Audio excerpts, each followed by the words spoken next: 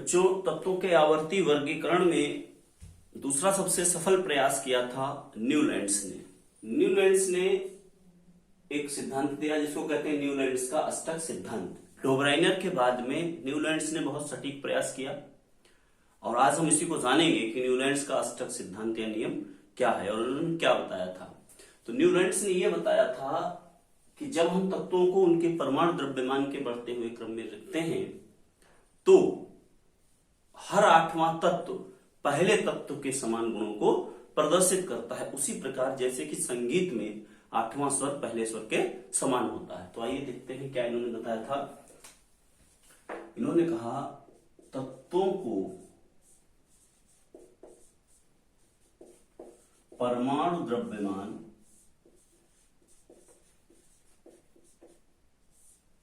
के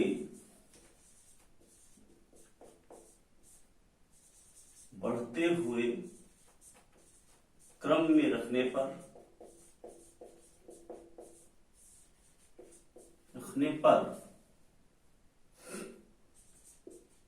आठवां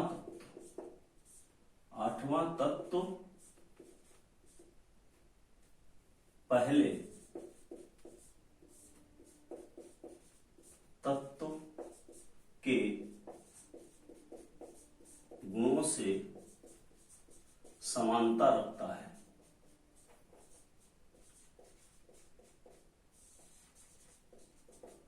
मतलब जो वहां ट्रिक बताया था डोब्राइनर ने, तीन तीन का ग्रुप बनाया था, इन्होंने कहा नहीं 7 लगभग। जैसे उदाहरण हम का समझते हैं, उदाहरण में ऐसे समझिए, जो हमारे संगीत के स्वर होते हैं सा रे गा मा पा धा नी, 7 स्वर हैं। इसके बाद फिर से सा आ जाता है, तो यानी कि आठवां स्वर 1 2 3 4 5 6 7, सातवां स्वर जो है वो पहले के समान है। फिर से सा रे गा मा पा धा नी सा। तो यहां पे भी इन्होंने बताया था और किस तरीके से इन्होंने इनको अरेंज किया, आइए देखते हैं। सबसे पहले इन्होंने हाइड्रोजन से शुरुआत की, LiNA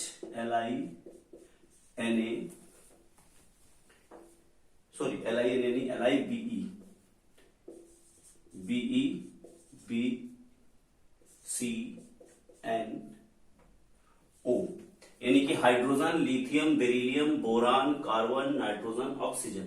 इसके बाद जब फ्लोरीन आया, यानी फ्लोरीन के गुण इन्होंने कहा फिर से हाइड्रोजन से मिलते हैं, तो इसको यहां रखा गया है।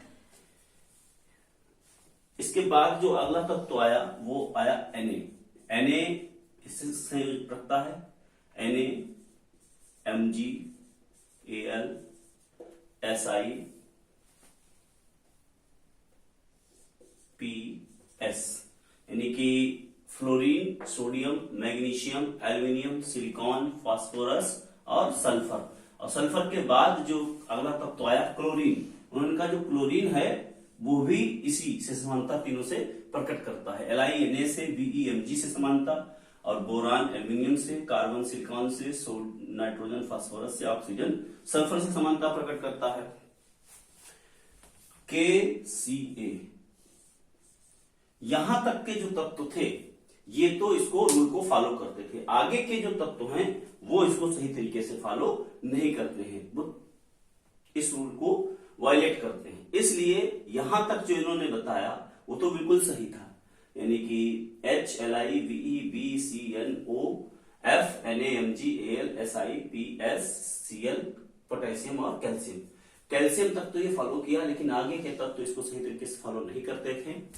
लेकिन जो इन्होंने एक आइडिया दिया कि 7-7 के उसमें ग्रुप में रखना है, तो ये इनका काफी कारगर रहा। और इनके बाद में जो मेंडलीफ आए, उन्होंने बहुत अच्छे से इसको अरेंज करके पूरे एक आवर्त सारणी बनाई, उसकी हम बाद में चर्चा करेंगे। आज के लिए इसमें इतना ही।